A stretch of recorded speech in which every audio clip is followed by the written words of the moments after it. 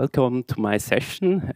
We will have a look behind the stage of the Theater Basel, and I will show you what we have done for accessibility. Curtain up. So first, some words about me. I have 5 years Drupal experience at NetNode as a project manager.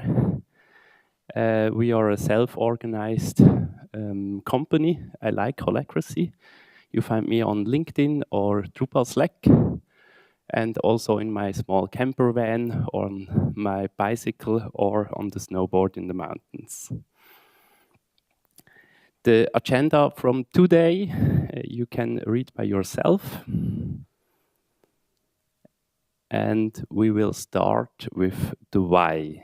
Why a website should be accessible.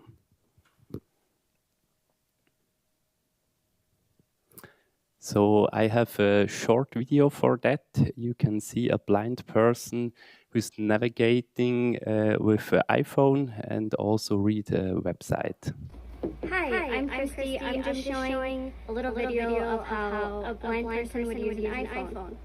So basically, you go to, you run your finger along the screen and you find what you're looking for. And there's like a little bit of a vibration, so it helps you. And it reads everything on the screen as you're going. And so then I open Twitter. And it's at the top of the Twitter page now. And I'm gonna compose a tweet. And normally you would use the regular keyboard here, but the iPhone also has this other keyboard where when you turn it now I can braille and use the braille keyboard. So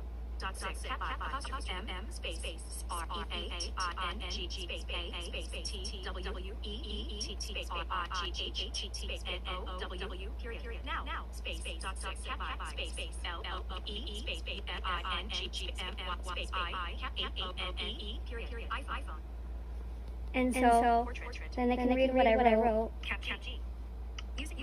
Voice recording, text field, is editing. I'm creating right now. I love using my iPhone. Character mode, insertion, push, edit. So I can share that if I want. But that's pretty much the idea. And so you double tap on anything to open it. Messages, Safari. And then it'll bring up whatever. So basically it just reads whatever is on my screen, and then I can interact with it and double tap or triple tap or scroll using 3 fingers up and down. Next, button. Address, google.com. Address, delete. Selection deleted. HTTPS, braille screen input. BELOGFPPT, curious, OMM. Portrait. Go. Next, button. Address, logger.com. Secure and validated connection. 1,192. Read more. Link. Logger's new interface is now available automatically. So yeah, that's basically how I would use my iPhone. So that's one reason you shouldn't block this workflow.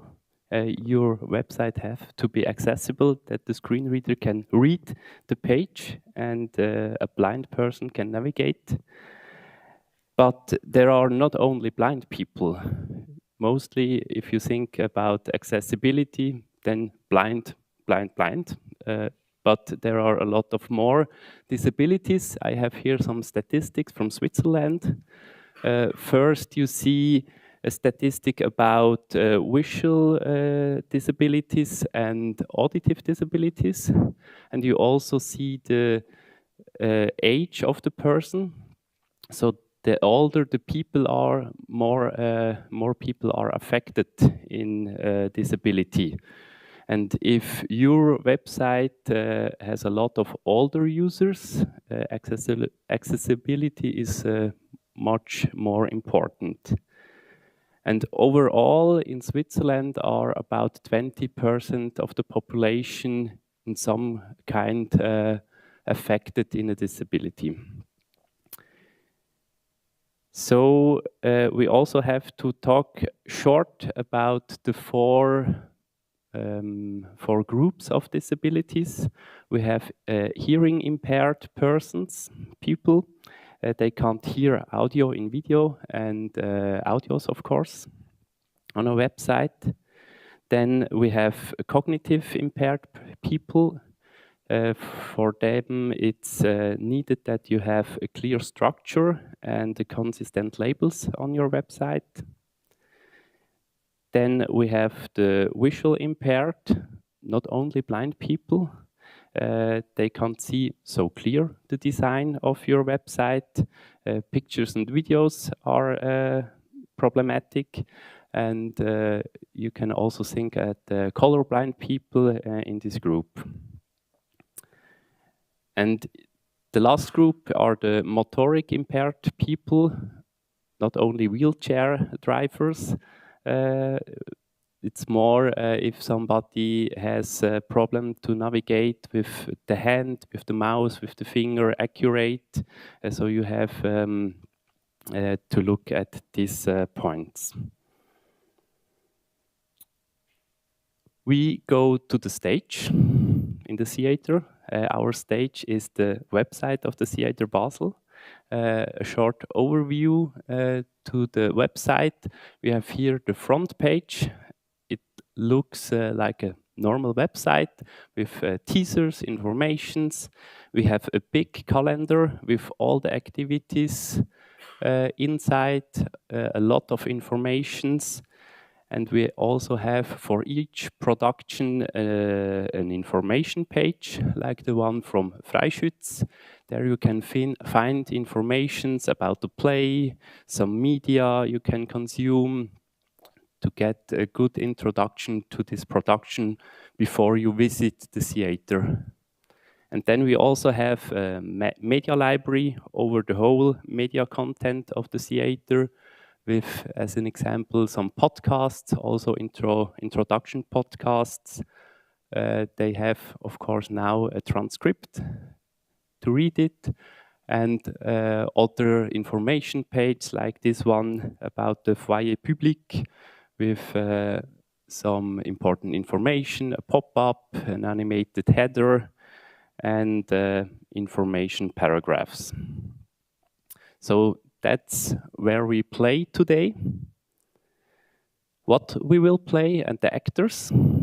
The play is the project. We started in January 2020 to build a new website for the Theater Basel, and we only have 5 months to be live with the website. So it was really hard to get this goal, and we talked in the conceptual part about the target groups. The theater has a lot of older people they are visiting, and they also have this label Culture Inclusive.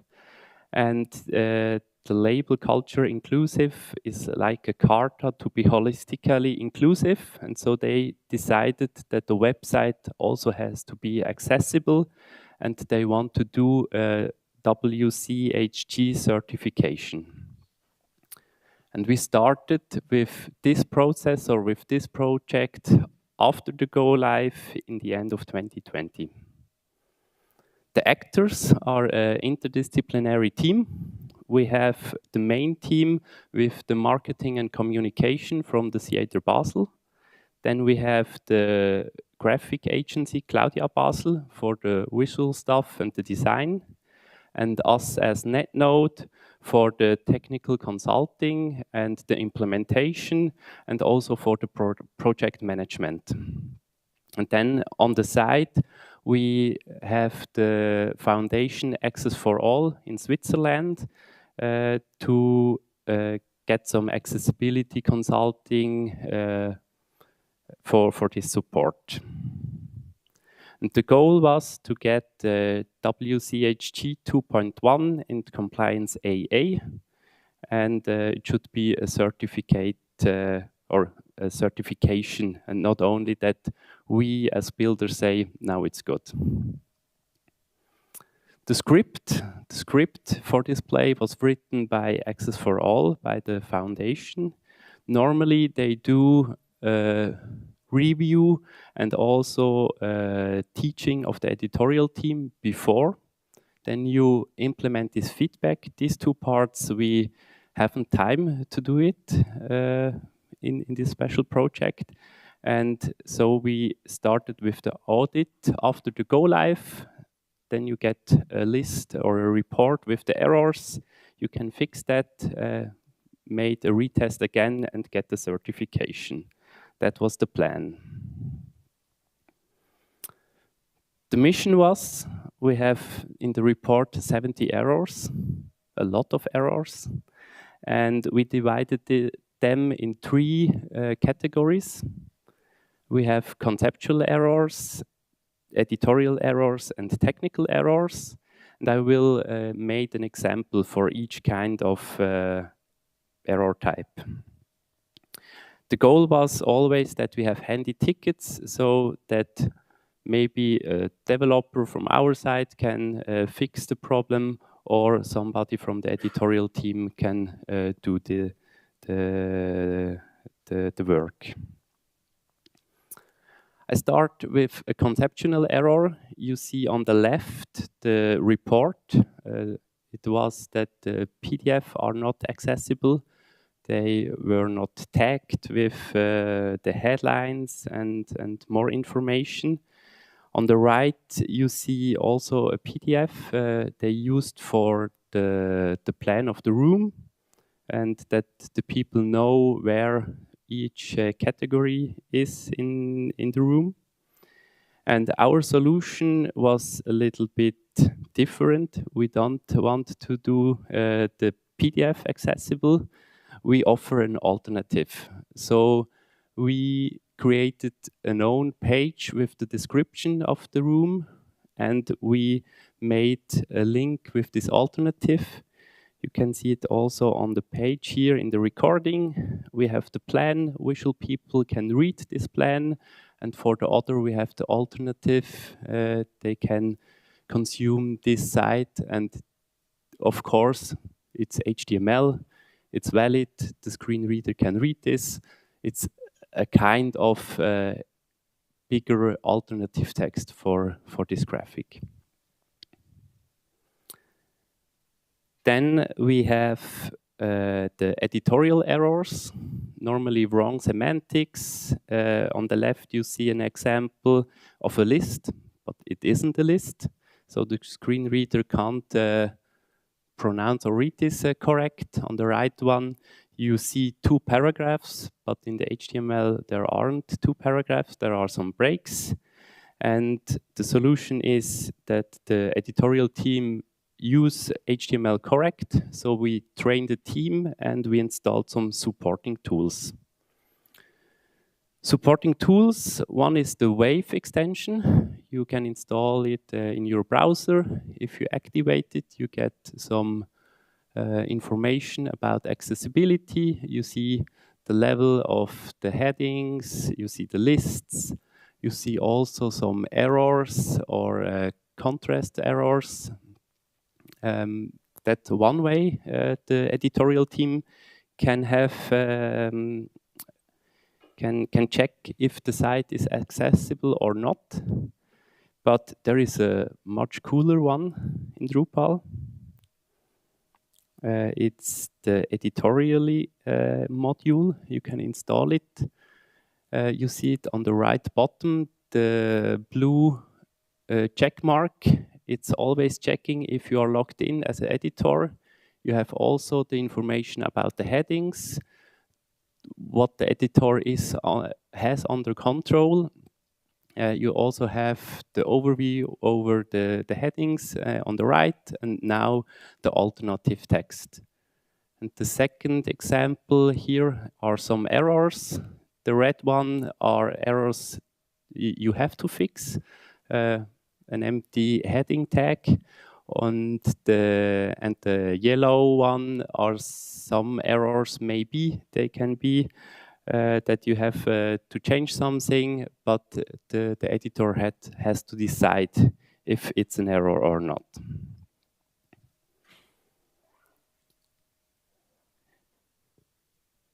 The last kind of errors, the technical, as an example, we have accordion. This was the bad code in the first version. It wasn't possible to focus with the keyboard, and there are also no information about if the accordion is expanded or not. So you have to correct the code, a small fix in your template, and all accordions are accessible after. You also see it here in the recording. The accordion now works with mouse and also with the keyboard, is focusable, and for the screen reader is also the information there about the accordion, if it's expanded or not. Another solution could be for technical errors, or to not get some technical errors, is using accessible components. If you are decoupling, maybe this shade CN UI library can help you. It is out of the box accessible. So what was the way to the mission complete? We have to do an extra round. After the first retest, there are still some errors we have to fix. And we also have a lot of new functionality on the website, because each year there are some new needs for the theater. And finally, in the end of 2022, we do the retest 2 and get the certification in the beginning of this year. So it was a really long process and a really hard one. What you should take away from my session: there are many supporting tools that you supports. Of course, not only the blind people are affected. You have to think about the four groups. Then it's really helpful to have competent partners who will keep the project on track and keep at it and preserve. It could be, or it is mostly, a really hard project. Here I have a compilation of supporting tools. First, the Drupal module editorially, install it, and teach the editorial team how they have to use it. The other possibilities to use the Wave extension, you have to install by yourself in the browser. Helpful was also the online guide from the Foundation Access for All, the Accessibility Developer Guide. There are some examples how you should code and what you should should do. Also ways to use a good library, which is accessible out of the box.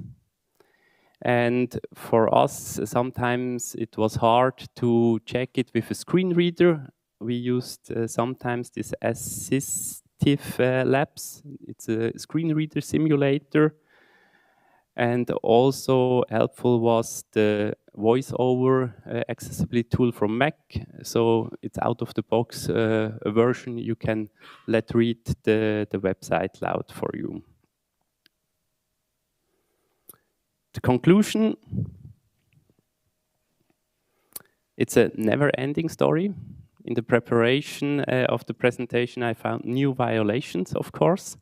We have to bring it to the agenda of the SureFix next time, but I think it is worse. So that was my session.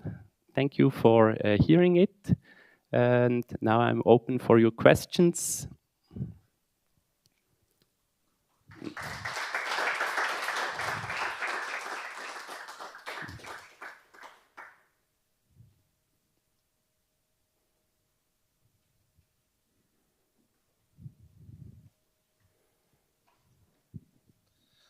I asked the same question yesterday on accessibility talk. What would be your advice or suggestion or tip for where Drupal can go next to be more accessible and provide more tools, not maybe necessarily to developers, but also to the content editors or site builders? Good question. For me, or actually we are doing more decoupled projects, and the editorially tool is really good also for decoupled projects. You can check the structured content. That's the base for the content on the front ends. And if you then use this component libraries, they are there, which are accessible, you are on the right way. But I think it's always a hard topic. It's also hard to understand all the facets and the standards you have to look at it. And from Drupal side, I think there are, or with this module, Drupal is on the right way, and the rest have to do the agencies with the front end.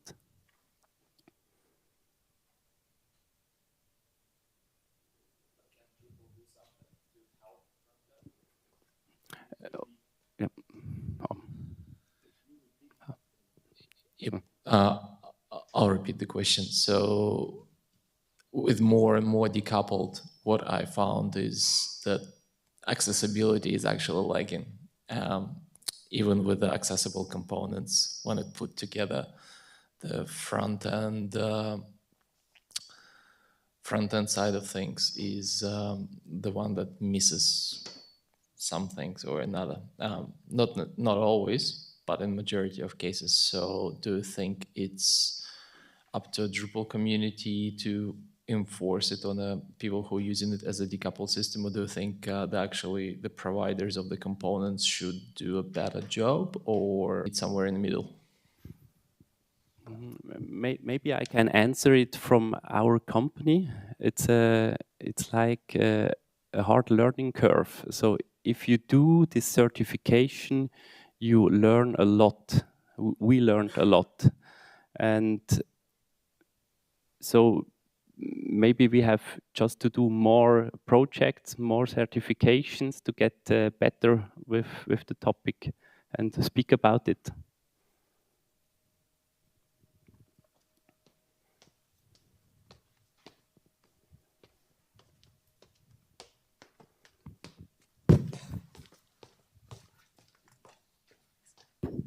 Can you share some of the learnings you got when doing the certification process, apart from obvious things like using alt attributes on image tags?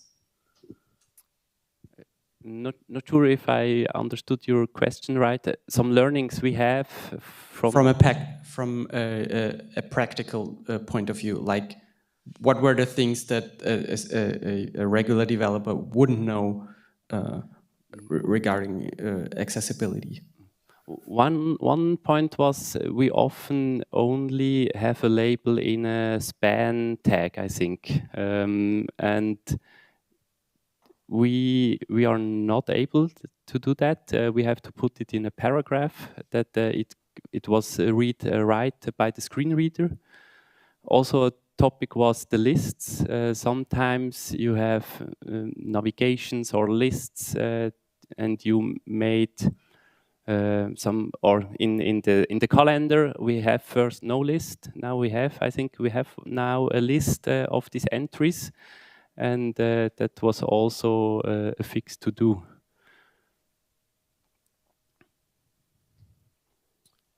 Otherwise, you also can talk after with Cornel. He has a lot of learnings. He's in the middle of the room and was one of the developers.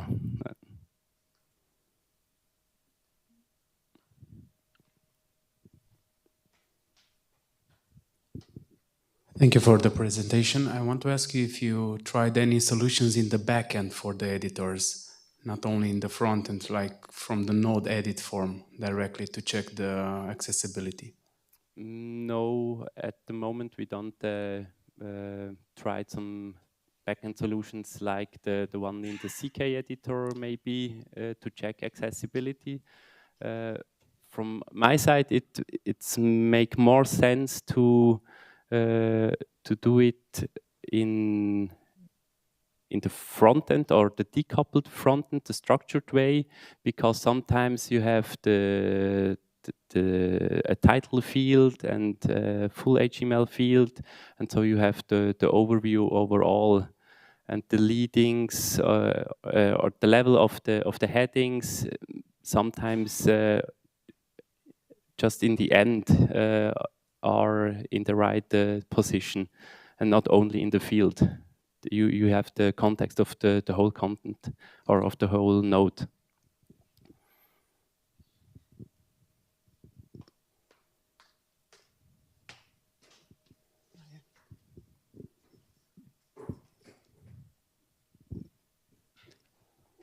Hi, thank you for the presentation. What was the most challenging feature to implement from an accessibility perspective in this project? I see it's also multi-language. How did you manage, I don't know, the accessibility feature for images or media assets in Drupal? Language was also a problem, was also challenging. At the end, we now use the TMGMGT module, or how it's spelled, to make automatic translations. So we have the full translated website. It's easier to handle for the accessibility. Not sure if the language is better than before. And also challenging was with some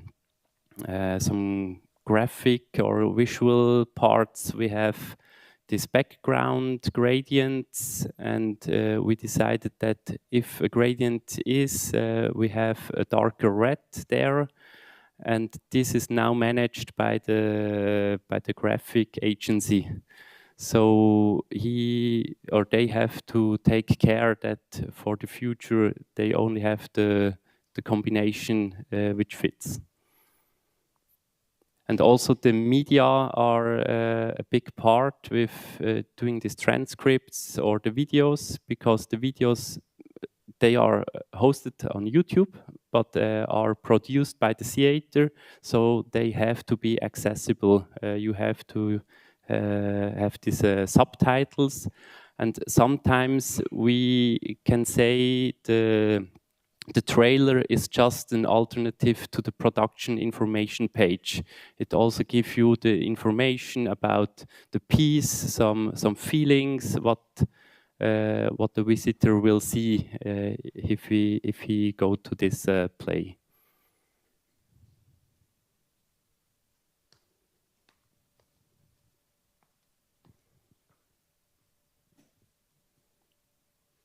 Thank you for your questions, and maybe you'll find Walter on our website.